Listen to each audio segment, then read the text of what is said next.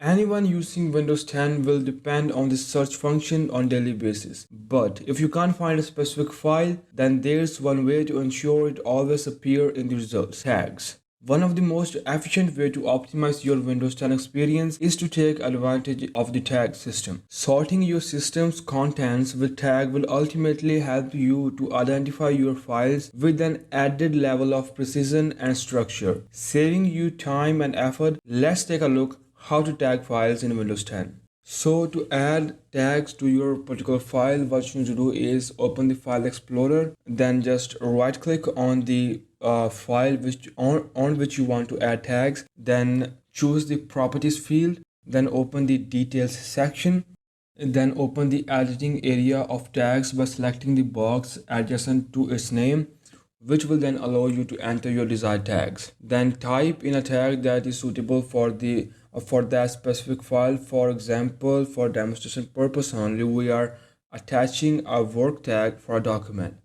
Then choose the apply button to confirm the tags and then hit OK. Now that you added tags to your files, let's take a look at how to search for them. In the search box within Windows, entering the keywords by themselves won't return result for the files you just tagged. You have to type in a word tag followed by a colon, after which you enter whatever keyword you are looking for. Like on your screen, I am entering tag, then a colon, then the tag, and just then semicolon, and then enter, and here you will get the specific file with the attached tag. And in some cases, you may want to insert multiple tags to help organize files even more further. To do so, simply enter a semicolon after each tag. Where this can prove to be useful is when you add additional details such as period of time, etc. Some system will automatically place the semicolon after entering a tag. But there are some limitations about this feature. Like Microsoft has limited its tag system for certain file types.